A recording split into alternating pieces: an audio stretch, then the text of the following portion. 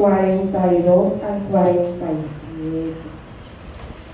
Traje este tema, hermanos, porque realmente es algo que hace mucho tiempo el Señor ha ido tratando en mi corazón y es algo que realmente me preocupa.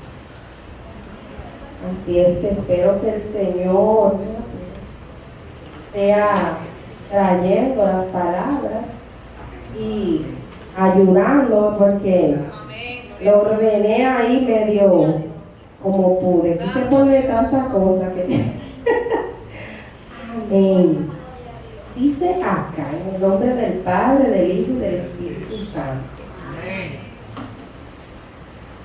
Así que los que recibieron su palabra fueron bautizados, y se añadieron aquel día como 3,000 personas, y perseveraban en la doctrina de los apóstoles, en la comunión unos con otros, en el partimiento del pan y en las oraciones.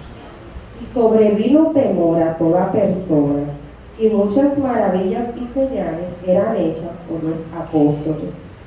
Todos los que habían creído estaban juntos y tenían en común todas las cosas, y vendían sus propiedades y sus bienes, y los repartían a todos según la necesidad de cada uno. Y perseverando unánimes cada día en el templo, y partiendo el pan en las casas, y comían juntos con alegría y sencillez de corazón, alabando a Dios y teniendo favor con todo el pueblo. Y el Señor añadía cada día a la iglesia los que habían de ser salvos. Amén, Señor, gracias por esta palabra, Padre Celestial. Pedimos que esta palabra, Señor, sea afirmada en cada corazón, y que cada uno de nosotros tome la determinación en el espíritu de vivirla, de ponerla por obra, Señor, y de hacer tu voluntad. En el nombre de Jesús, amén. Le puse como tema el mensaje: cómo ser iglesia, centrados en Cristo, en comunión con Dios y en comunión con los hermanos. Amén.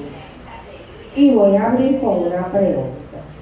Dice la pregunta interior: ¿qué pasa con nosotros al salir de la iglesia? Es algo que quiero que meditemos, que reflexionemos. ¿Qué sucede conmigo cuando yo abandono nuestras cuatro paredes y llego a mi casa? Llego a mi vida cotidiana, a mi matrimonio, a mi maternidad, a mi trabajo, a mi comunidad, a mi vida normal. ¿Qué sucede cuando se apagan las alabanzas, los micrófonos, los sonidos? ¿Cómo yo estoy viviendo esta palabra? ¿Cómo yo estoy viviendo mi comunión con Dios? ¿Cómo estoy viviendo en comunión con mis hermanos? ¿Cómo está actuando el poder de Dios en mi vida? ¿Por qué? Porque muchas veces, ahorita la hermana Diosoti, perdóname que te tome el ejemplo, hizo una frase, no lo voy a decir a más, sino es como yo lo veo. Ella decía que no importa lo que pase en la casa, ni lo que pasa detrás de esas puertas. Pero yo entiendo, hermano, que sí importa. ¿Por qué? Porque lamentablemente, aunque no queramos, lo que vivimos en nuestra vida cotidiana determina la forma en la que yo veo al Señor, la forma en la que yo le sirvo al Señor, la forma en la que yo entrego mi alabanza. Aquí nadie me va a decir que va a tener un problemón en su casa y va a venir aquí.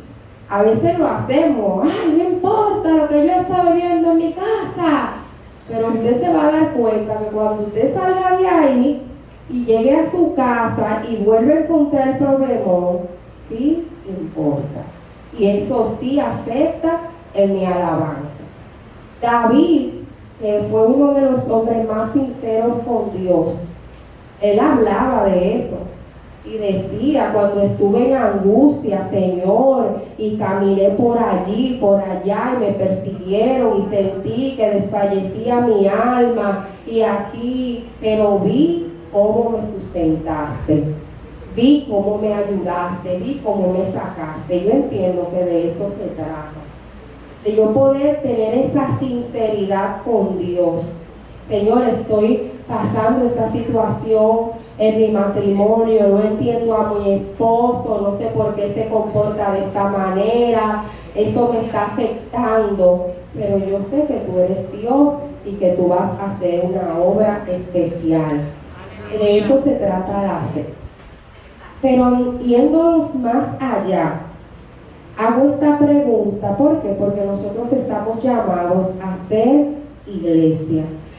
Y vemos aquí en el libro de los Hechos que hubieron varios acontecimientos. Primero, el libro inicia hablándonos qué pasó después que Cristo resucitó. Cuando Él se reunió con los apóstoles y dice que Él dio testimonio de que estaba vivo, dio pruebas, por eso hoy estamos aquí. Porque Jesucristo resucitó y dice que se presentó durante 40 días a más de 500 hermanos que pudieron constatar que Él había resucitado. Y dice su palabra que aún luego, antes de la resurrección y después de la resurrección, Jesús tenía el mismo mensaje: el reino de los cielos. Esa es nuestra esperanza. Por eso estamos aquí hoy. ¿Por qué? Porque yo tengo la esperanza de que hay un reino que va a venir y que todas las cosas van a ser nuevas. Porque dice la palabra que haga tesoro en los cielos. Porque dice la palabra que busque su reino y su justicia. Y que la comida y la bebida me van a ser añadidas. Pero lamentablemente todavía seguimos buscando la comida y la bebida.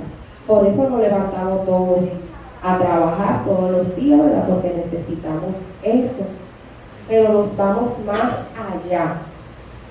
¿Qué es irse más allá? Cuando mi vida cotidiana me envuelve tanto que no tengo tiempo para dedicarle al Señor. Estoy tan cansado que mi día libre es solamente para yo descansar. Y yo reflexionaba y me preguntaba, ¿cuántos de nosotros cogemos un día libre para ir a visitar a un enfermo, para ir a llevarle una comida a alguien, para ir a evangelizar, para retirarnos a solas con el Señor? No lo hacemos la mayoría, no digo que no haya. La mayoría de las veces solamente lo cogemos para descansar. ¿Por qué? Porque estamos abrumados, estamos cansados todo el tiempo, haciendo cosas y cosas y cosas. Y oro por una casa, pero después oro por un apartamento, pero después quiero una villa, pero después quiero 3 pisos, si tengo 3 quiero 5, si tengo 5 quiero 7. Y hemos tomado el Evangelio para empezar a arrebatar cosas de esta vida, cosas que se van a quedar aquí. Y queremos que todos los domingos venga un profeta y nos entregue cosas y nos lea el futuro. Sin embargo, mi futuro está escrito aquí. Mi futuro está escrito aquí. Las profecías son buenas, pero las profecías son para edificación de la iglesia. Las profecías tienen un fin, los dones tienen un fin, un único objetivo: prepararnos para el ministerio, para la edificación del cuerpo de Cristo. No son personales. Dios levantó un cuerpo. Cuando Dios habla, cuando Jesús se va, habla en plural: no se vayan, quédense en Jerusalén hasta que venga sobre ustedes, unánimes, juntos, el Espíritu Santo. Pero hoy oramos para que el Espíritu Santo venga sobre nosotros de manera unipersonal. ¿Para qué? Para decir que yo porto gloria, que yo porto poder, que yo esto, que yo soy el profeta, el evangelista del momento, el que va, el que viene, que a mí Dios me usa. Dios nos usa a todos, hermanos. Y nosotros tenemos que salir de ese individualismo para entrar en una vida de comunión y de comunidad. ¿Por qué? Porque nos tomamos la palabra literal para lo que a mí me conviene. La palabra es literal para yo poseer, para yo pisar, pero esa no es personal, por eso fue a Josué que se lo dijeron. Pero la palabra es literal cuando dice aquí que después que recibieron el Espíritu Santo, ahí dice que perseveraban en 4 cosas: en la doctrina de los apóstoles, en la comunión unos con otros, en el partimiento del pan. ¿Qué es partir el pan, hermano? Partir el pan espiritual, ¿verdad? La palabra. Pero partir el pan, hermano, también hay un pan físico, hay un pan económico, hay un pan monetario, hay un pan palpable, que muchos de nosotros no lo queremos partir. Y de verdad da pena que entre nosotros hayan personas con problemas. A mí, hermano, me partió el alma cuando Stalin dijo el viernes que él duró 2 meses sin pagar su casa, y nosotros aquí con dinero en el banco, pero no nos damos cuenta. ¿Por qué? Porque no hablamos, porque no estamos viviendo un evangelio en comunidad, porque no tenemos en común todas las cosas. Estamos viviendo un evangelio místico. Queremos que nos digan que podemos caminar por el agua, caminar por el fuego. No, hermano, el evangelio no es místico. Y antes, a veces nos meten tanto eso en la mente, que usted viene y se retira 3 días y usted cree que usted va a salir de aquí volando en una nube, botando fuego por los ojos. No es para eso. Usted me excusa sin ser alusión a nadie. Las pruebas no son para subirnos de nivel. Las pruebas son para purificarnos, para moldearnos y para revelarnos el carácter de Dios. Si el pueblo de Israel no hubiese pasado por el desierto, no hubiese visto el maná, no hubiese conocido el carácter del Dios que provee. Si usted no se enferma, usted no conoce el carácter del Dios que sana. Si yo no tengo una prueba en mi vida, a veces usted tiene una situación, pero ese es su ancla a Cristo. Porque si usted no tuviera ese aguijón que Pablo dijo que tenía y oró 3 veces para que le fuera quitado y no le fuera quitado, y dijo algo antes de eso: yo subí al cielo y vi visiones, revelaciones, pero para que no me exaltaran esas visiones, o sea, para que yo no me creyera el super Pablo, me fue dado un aguijón en la carne que me abofeté. Todos tenemos situaciones, todos tenemos cosas, batallas, y la iglesia es para eso. Que si yo tengo un problema, yo pueda tener alguien de confianza en mi congregación que no va a salir a decirle a nadie lo que yo le dije. Pero para eso yo necesito 2 vertientes: una persona digna de confianza y una persona vulnerable, que sea capaz de decir sus debilidades sin vergüenza, sin temor, porque la palabra dice en Santiago, dice: oren unos por otros si te enferman, pero dice: confiésense sus pecados unos a otros para que sean sanados. ¿Por qué estamos enfermos? Porque estamos llenos de problemas en la casa, llenos de ansiedad, llenos de pecado. Da pena los cristianos que andan en ansiedad y en depresión, bebiendo pastillas. ¿Por qué? Porque entramos en sobrecarga. Entramos en sobrecarga, estoy lleno de deuda, de problemas, y los problemas nada más no son económicos. Yo tuve un tiempo, un proceso donde yo me abrumé con mi maternidad, con mi trabajo, con mi matrimonio, y empecé a sentir que no lo estaba haciendo bien, que no era suficiente, que nadie valoraba lo que yo hacía en mi casa. Me pasaba los fines de semana, venía aquí, pero estaba triste, estaba cansada, llegaba a la casa, estaba triste, me sentía mal, hermano, viniendo aquí a la iglesia. Gracias a Dios, yo hablo mucho con la hermana Kimberly y hablaba con ella, a veces le decía cosas y ella misma me dijo, ve al psicólogo, ve a terapia. Y yo fui, hermano, a terapia, porque es válido. Pero hice algo más. Empecé a orar todos los días, de 5 a 6 de la mañana. Si tenía un martes libre, cogía para acá. Y me quedaba aquí orando y leyendo la Biblia. Y eso fue más poderoso. Porque buscar muchas cosas de las terapias que yo no las pongo en práctica. Pero cuando tú tienes con quién hablar, eso es lo que yo quiero que entendamos hoy. Cuando hay una comunidad que me escucha, cuando hay una comunidad donde los matrimonios viven los mismos principios bíblicos, donde los padres tienen los mismos principios para criar a sus hijos, donde hay un acuerdo. Mira, nos vamos a poner de acuerdo porque la Biblia dice que el matrimonio tiene que ser así. Toda la pareja de esta iglesia vamos a vivir el matrimonio así. Que si hay un hermano que cayó en pecado, lo pueda decir. Pueda ir donde su pastor, pueda ir donde su líder. Hermano, mire, pequé, fallé, me está gustando una compañera de trabajo y no sé qué hacer, no le quiero faltar el respeto a Dios ni a mi familia, necesito apoyo, necesito ayuda. ¿Cómo estamos viviendo eso desde nuestra casa, desde nuestra vida, desde nuestra perspectiva? Entonces aquí dice que ellos tenían todo en común, era todo, no eran algunas cosas. Entonces nosotros mismos nos ponemos prejuicios que enfrían nuestro amor.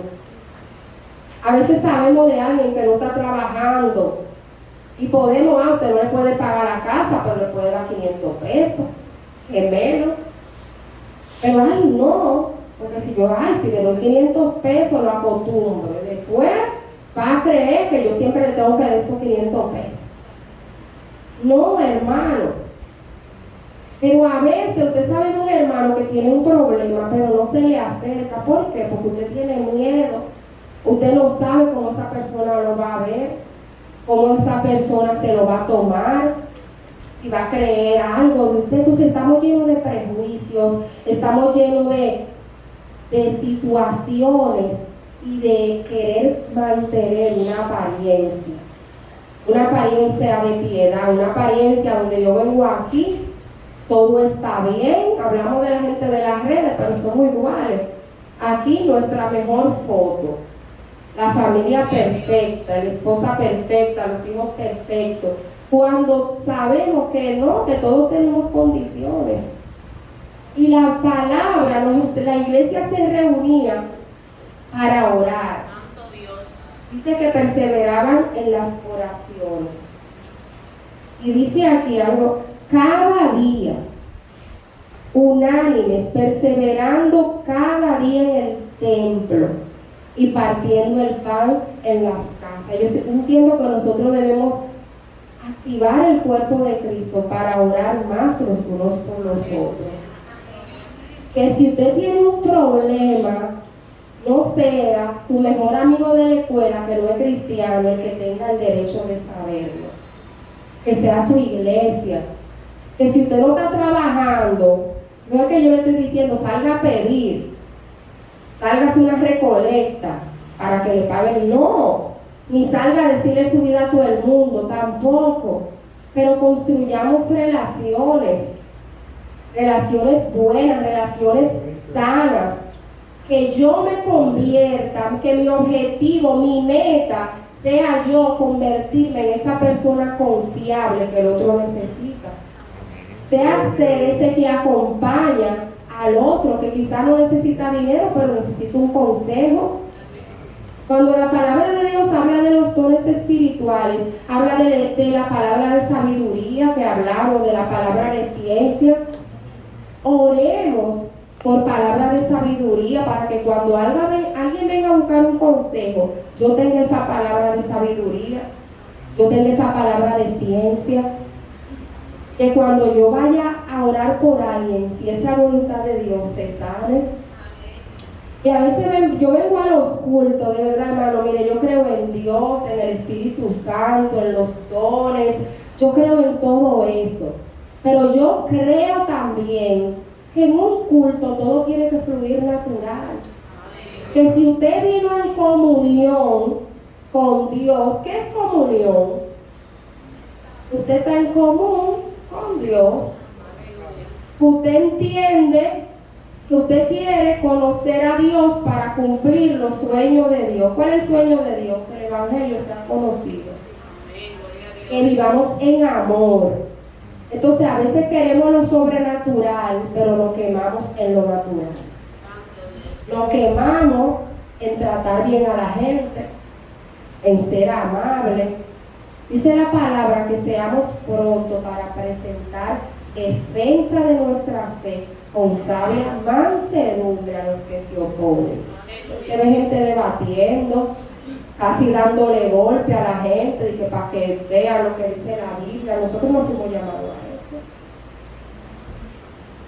Vemos esposas que quieren imponer más que el esposo, cuando la palabra no dice eso.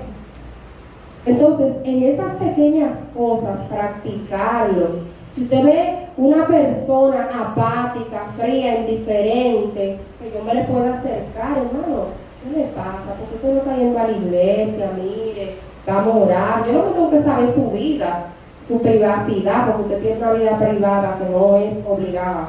Usted me diga, pero sí señales.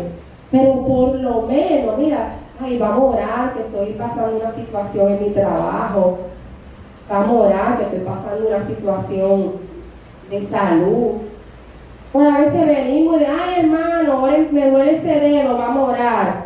Pero no podemos venir, hermano, vamos a orar, que me siento ansioso. No, porque el cristiano no puede tener ansiedad. No. Entonces, cuando nosotros vivimos en comunidad, todo fluye diferente. Luis y yo tenemos una pareja de amigos y a veces nos reunimos, y creo que lo dije aquí, un día fuimos a una vigilia y no hubo culto, simplemente oramos, adoramos a Dios, empezamos a leer la palabra y de manera natural cada quien empezó a testificar cómo Dios lo había traído al Evangelio, cómo había visto a Dios moverse en su vida. Y eso para mí, hermano, de verdad que fue una experiencia maravillosa. Y siempre quiero como hacerlo aquí. ¿Por qué? Porque eso era lo que hacía la iglesia, se reunía a testificar. Porque si yo estoy enfrentando un problema como madre, pero Vilma testifica cómo ella pudo criar a sus hijos, eso a mí me reconforta y me da estrategias y me da sabiduría de cómo yo lo puedo hacer. Porque la debilidad mía no es la debilidad de Leandro, no es la debilidad de Kimberly, quizá la debilidad mía es la fortaleza de ellos. Y cuando yo veo, por ejemplo, cómo ellos administran su finanza, eso me da luz a mí, me da entendimiento. Ah, mira, pero yo lo puedo hacer de esta manera. Pero necesitamos ser honestos, ser sinceros, no apagar el amor. Si usted tiene una necesidad y un hermano se la suple, no lo coja de relajo, hermano. Sea confiable. Porque la palabra está llena de eso. El libro de Proverbios está lleno de sabiduría. Es para eso. Y nos habla acerca de cómo tenemos que comportarnos, de cómo tenemos que hacer en nuestra vida cotidiana.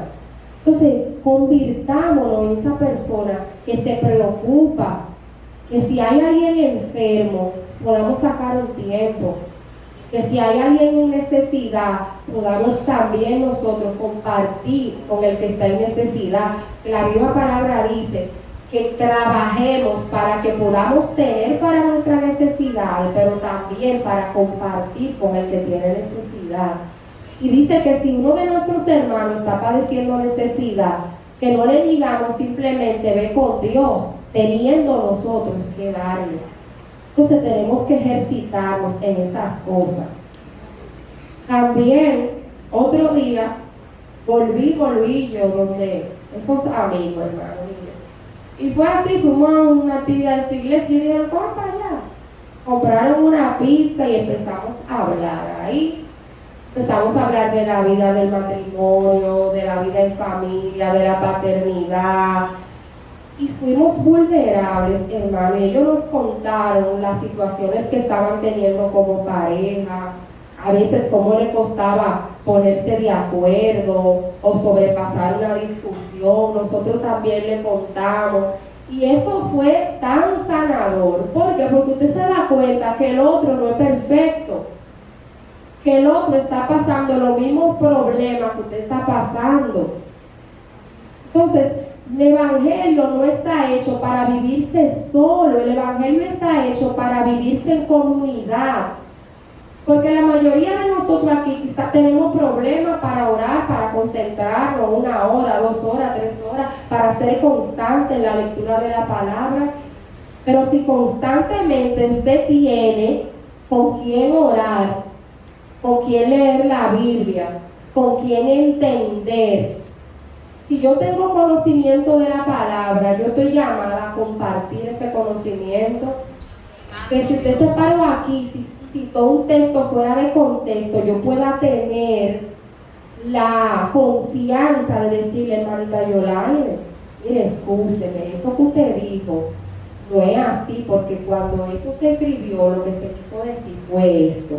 Pero no, yo dejo que Yolaine siga por ahí repitiendo algo que no es correcto, que no está bien, que no es bíblico, y que crea ella algo que no es bíblico, que no tiene fundamento. Entonces, para eso es que tenemos que estudiar la palabra en común, juntos, porque cada quien va diciendo, sí, mira, esto, yo entiendo esto.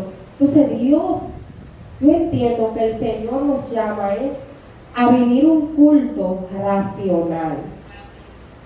El poder de Dios, vamos a ver aquí para qué fue que ellos fueron dotados del poder de Dios.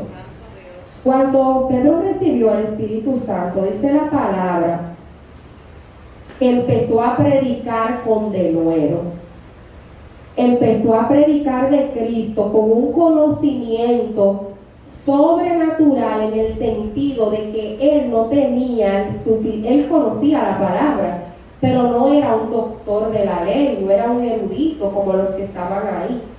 Pero él empezó a hablar y a citar todo el Antiguo Testamento, de todas las veces que se profetizó Cristo, cuando él profetizó la venida del Espíritu Santo, y ellos se maravillaron, porque ellos decían, ¿cómo este hombre, que sabemos que era un pescador, tiene tanto conocimiento de la palabra? Entonces, el Espíritu Santo le dio el poder de poder predicar a Cristo.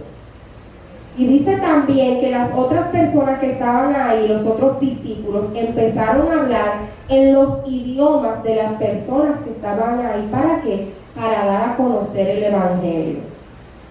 Y dice que grandes señales y maravillas se hicieron, pero conforme a la necesidad de los que estaban ahí. ¿Qué yo le quiero decir, hermano? Oremos, busquemos los dones, pero no nos enfoquemos en tener un don para que Dios me use. Enfoquémonos en estar íntegros, en estar disponibles, para que cuando Dios quiera manifestar un don espiritual, nosotros podamos ser esa vasija que el Señor utiliza. Nosotros tenemos que ser la respuesta a la oración de los hermanos que estamos aquí. ¿Cómo yo puedo ser la respuesta a esa oración? Cuando yo estoy atento a la necesidad de mi hermano, cuando yo soy sensible al Espíritu Santo que me mueve a ir, a llamar a alguien, a visitar a alguien, a proveerle, a preguntarle, Jeremy, usted es nuevo creyente, usted está orando, usted está leyendo la Biblia, usted está entendiendo lo que usted lee, usted necesita un acompañamiento, usted se siente bien. Eso es ser comunidad. Y así podemos crecer juntos, así las personas pueden permanecer. Porque las cosas que pasan detrás de estas puertas son las que nos separan del amor de Cristo. La tribulación, la angustia. Pablo citó que el hambre, la desnudez, el peligro, la espada, todo eso nos puede en algún momento separar del amor de Cristo. Entonces yo tengo que estar fortalecida para que si a mi vida llega un tiempo de desnudez, yo poder enfrentarlo, porque allá Pablo dijo que la desnudez en X tiempo puede intentar separarme del amor de Cristo. Pero si Yoraine está atenta, yo estoy viendo como que Juliana está viniendo todos los domingos con su agadita, con ese mismo vestidito. Déjame yo ir traerle 2 vestiditos. Si usted no tiene que decirle, hermana, no, pero en vez de ir, aunque sea allí a 2 por 300 y comprarme 2 vestiditos, ay, mire, sierva, no, ay, Vilma, pero tú te has fijado que Juliana está con una agadita, como de cuidar, ¿qué será lo que le pasa? No, vamos a ser los que edifican. La palabra de Dios dice que nosotros somos piedras vivas que edifican la iglesia sobre el fundamento de Cristo. ¿Y qué fue lo que Cristo nos mostró cuando vino? Visitaba, sanaba a los enfermos. Cristo estaba donde había necesidad. Cuando Él pasó por la mujer de Samaria, dijo, me es necesario pasar por Samaria. ¿Por qué? Porque ahí estaba esa mujer que cuando Cristo le profetizara su vida, iba a llevar el evangelio a los otros samaritanos. Esa era la necesidad de ese momento. Cuando Josué paró el sol era porque había una batalla prolongada y ellos necesitaban que se viera la claridad para ganar esa batalla. No, él no paró el sol porque él era el profeta del momento.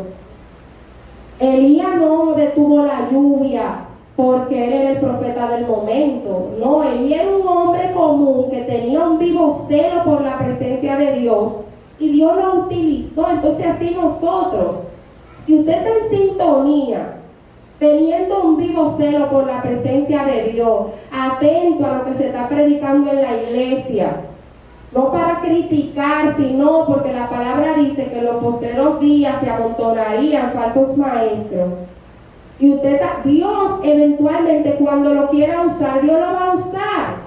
Porque Gedeón estaba tranquilo ahí apacentando. Gedeón era el más chiquito de su casa, un infeliz. Y Dios quiso levantarlo a él. Gedeón no andaba buscando ministerio. Ni Samuel, ni Elías, ni Pablo. Pablo iba de camino ahí a perseguir la iglesia. Pero Dios levanta en su momento específico, gente específica.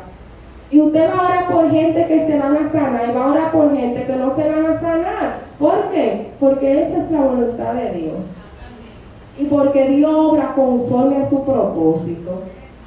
Porque quizá si Dios sana a Abraham va a ser de testimonio en su familia que van a creer que Dios sanó.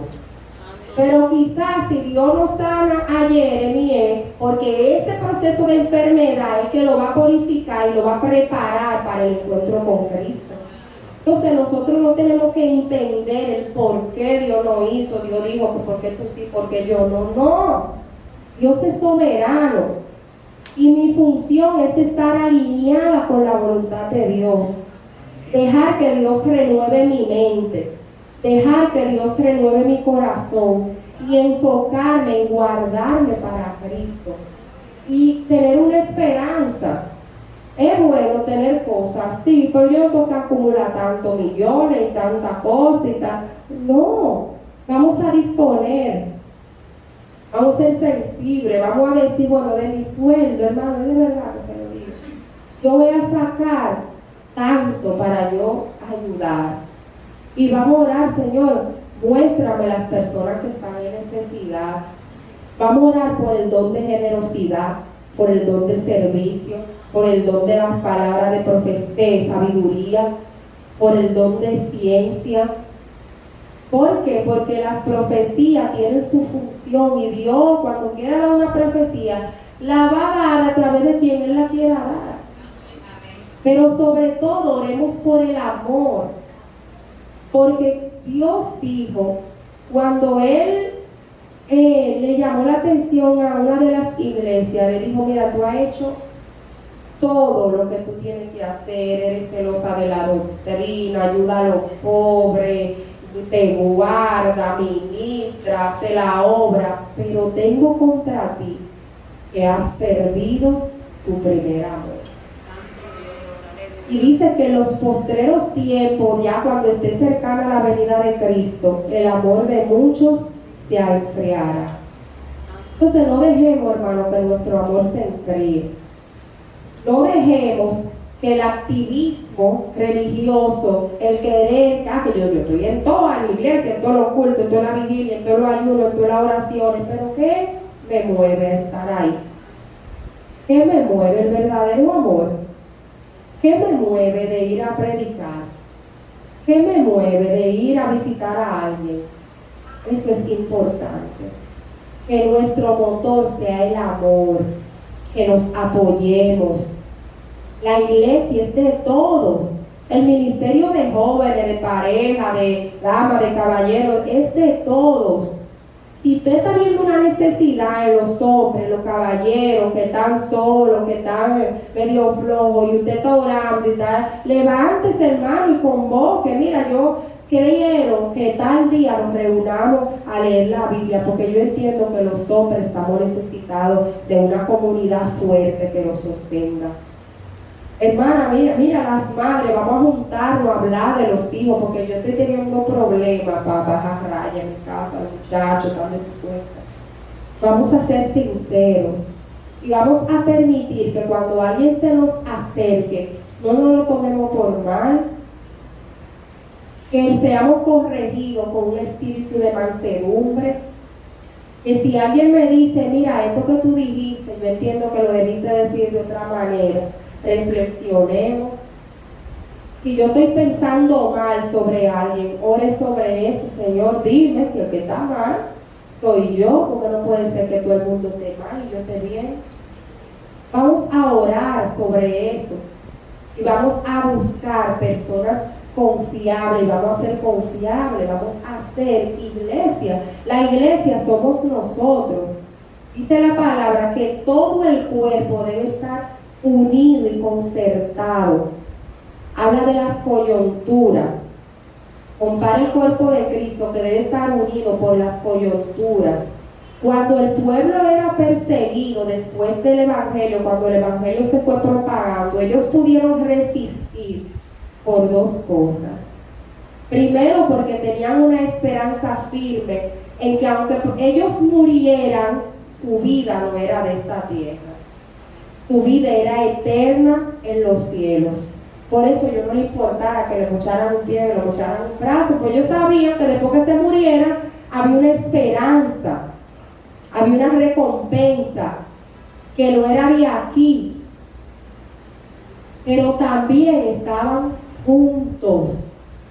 Cuando Jesús inició su ministerio, ¿arrancó solo a predicar? No, él buscó 12 discípulos. Cuando estaba antes de ser entregado, de esos 12, cogió 3 y subió al Getsemaní a orar. Cuando los mandó a predicar para hacer el ensayo, a ver cómo estaban, para cuando él se fuera, los mandó de 2 en 2. Entonces a veces no podemos buscar símbolos raros y códigos extraños, pero los símbolos reales que están en la Biblia, del común acuerdo y de la vida en comunidad, no lo estamos viendo, hermano. Y vuelvo y le digo, nos estamos quemando en el 2 más 2 son 4, donde hay 2 o 3 en mi nombre, ahí estoy yo en medio de ellos. Entonces el Evangelio no es para yo irme con mi deuda, con mi problema, con mi enfermedad, con mi ansiedad, atracarme en un cuarto solo, a salir más loco. Es para yo llamar a alguien que tenga el Espíritu Santo, el consejo del Espíritu Santo, que me pueda guiar y me pueda testificar de cómo él sobrepasó ese momento, porque siempre hay alguien, hermano, que se va a sorprender. Siempre hay alguien que cuando usted le cuenta un problema, esa persona que Dios le pone a escoger, ya pasó por eso. Y le va a dar una respuesta oportuna, un consejo preciso, que es lo que usted necesita para superar eso. Entonces vamos a dejar que Dios opere sus dones en nosotros con un culto racional, con un entendimiento de lo que estamos haciendo, de por qué, de hacia dónde vamos, de cómo vamos a llegar. Dice aquí para terminar ya. Y aparte de que ellos tenían en común todas las cosas y perseveraban unánimes, dice, comían juntos con alegría y sencillez de corazón, alabando a Dios y teniendo favor con todo el pueblo. O sea, la iglesia de ese tiempo vivía en comunidad, y cuando los de afuera veían cómo ellos vivían, querían ser parte. Pero hoy en día hay gente que no cree en los cristianos. ¿Por qué? Porque coge prestado y no pagan, porque tú le entregas para que te hagan un trabajo y te ponen a coger lucha, no te lo hacen, o te lo entregan cuando te da la gana, porque tú les reclamas algo y fácilmente te dan una pelada de lengua de que porque Dios no lo mandó a dejar cernido en la cabeza. Pero nosotros podemos rescatar eso, siendo iglesia, siendo verdadero, siendo mansos, siendo humildes, siendo respetuosos. A eso también nosotros fuimos llamados. A eso es que fuimos llamados. A perseverar en oración. El hermano Juan Carlos Harrigan tiene un libro que dice, que habla de cómo orar. No lo he leído, pero lo anuncia. Me gustaría leerlo, el que me lo quiera regalar. Y él dice en unos estudios que la mayoría, él habla de los porcentajes, no me acuerdo, el porciento de cristianos, el mayor, no ora ni 5 minutos al día. Que los pastores y líderes, la mayoría, no oran ni 1 hora al día. Y eso es algo que es alarmante. Como de 24 horas yo tengo tiempo para todo. Él en un mensaje también decía que si usted tiene tiempo para ir al gimnasio y no tiene tiempo para orar, usted no es cristiano. Entonces es evaluarlo. Mejor sea intenso. No, porque yo no puedo coger el evangelio tan a pecho. ¿Por qué no? Porque no, si yo me cojo a pecho trabajo, gente que se lleva el trabajo para su casa, una carpeta. ¿Por qué? Porque si no termina lo bota. Pero como Dios no lo bota, Él sí puede esperar que yo pueda. Entonces tenemos a Dios en un falso primer lugar. Yo oro 1 hora al día, pero ¿cuándo? Boqueando. No.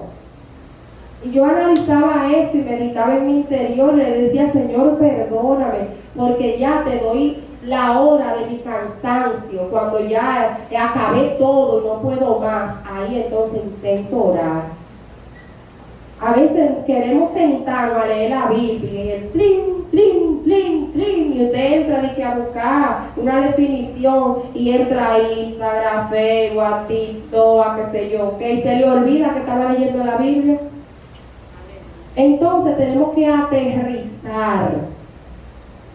La iglesia tenía favor uno con otro, pero tenía favor con el pueblo. También tenemos que favorecer a nuestros vecinos, a nuestra familia, a nuestros hermanos.